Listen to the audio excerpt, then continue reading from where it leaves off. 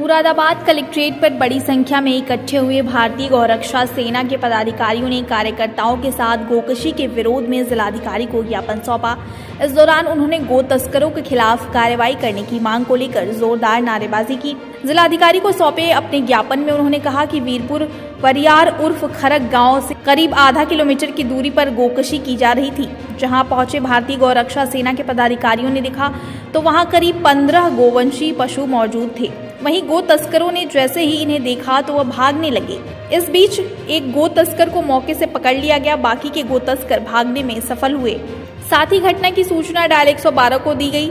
जो गौ तस्कर गोकशी स्थल से भाग गए थे वह हथियार लैस करीब 100 अन्य साथियों को लेकर मौके पर दोबारा पहुंचे और जब तक गौरक्षक कुछ समझ पाते उससे पहले ही उन्होंने जान से मारने की नीयत से ताबड़तोड़ धुआंधार फायरिंग कर दी। फिलहाल गौरक्षकों ने गोकशी रोकने और आरोपियों के खिलाफ सख्त कार्रवाई की मांग की है। संगठन के खिलाफ अभी मुंडा पांडे पुलिस ने मुकदमा दर्ज किया फर्जी, जो कि खरग वीरपुर बरियार ये मुंडा पांडे थाने में पड़ता है, मवा डिस्ट्रिक्ट है इसका। यहाँ पर अभी 11 तारीख को रात को 1:30 बजे एक गौकशी रोकी थी, गौकशी पकड़ी भी थी। 2 गौ तस्कर उसमें पकड़े गए थे। दो गौ तस्करों में पकड़ने में से एक गौ तस्कर उनमें से भागने में कामयाब रहा। उसने गाँव में जाकर के अपने गांव में जाकर अपने अन्य 150 साथियों के साथ कम से कम वो आया जंगल में, उसने हबड़तोड़ मचाई। जो दूसरा साथी उनका पकड़ रखा था उसका नाम इकबाल, ये जो ग्राम प्रधान हैं इरफान, उनके बड़े भाई हैं वीरपुर बरियार और खरब के, ठीक है। उनको भी पकड़ रखा था।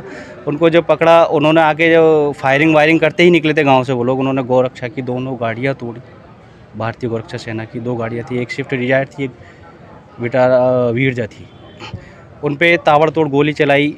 उन्होंने सोचा को गाड़ियों में बैठ गए होंगे या पकड़ लिए हैं तो ले जा रहे होंगे, उसके मुताबिक गोली चलाई। 7 से 8 लड़के हमारे गौरक्षा सेना के थे, कारों में साथ में थे।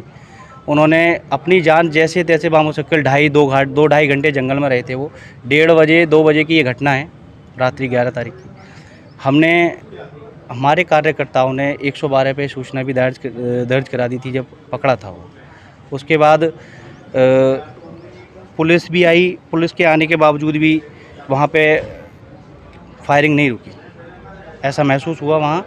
मैंने इंस्पेक्टर को फ़ोन किया, इंस्पेक्टर ने फोर्स भी भेजी, बट उसमें कोई कार्रवाई नहीं की। सुबह को जब देखा तो 2 लोगों के नाम दर्ज मुकदमे, 8 अज्ञात उन्होंने खोल रखे थे पुलिस ने। हम लोगों ASP साहब को एप्लीकेशन जब कार्यकर्ता देने गए उन्होंने लेने से मना कर दिया। मुकदमे दर्ज किए गए थे, किन लोगों के खिलाफ किए गए? ये वारिस रिजवान गो तस्कर हैं? नहीं, ये गौरक्षक है। गौरक्षक हैं, गौरक्षकों के खिलाफ ही मुकदमा दर्ज कर लिया? बिल्कुल जी। तो आप क्या चाहते हैं इसमें? इसमें मुकदमा लिखा जाए, कार्रवाई होनी चाहिए, दोषियों के खिलाफ सख्त से सख्त कार्रवाई होनी चाहिए। मुंडा पांडे पुलिस ने कोई कार्रवाई की? नहीं, बिल्कुल नहीं की।